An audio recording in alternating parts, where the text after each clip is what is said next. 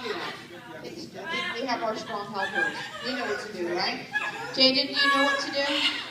When the bird flies through the hoop, you have to hold it super still like a statue.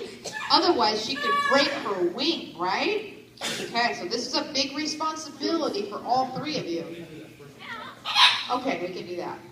Let me go ahead and get Sunny on my finger real quick. Sunny is 15 years old. She's called the Sun Conure, and she's been practicing for this very moment for a very long time. To make this more challenging, I'm going to move you that way. Can you come this way? Okay. All right, everybody. This is a big moment for Sunny. Let's see if she can do it. Everybody be really quiet.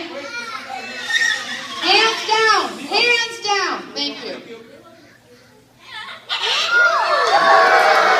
One more time. One more time. Come on, Sunny.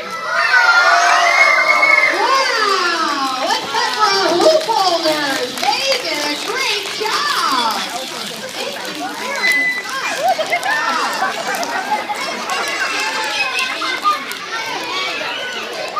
much.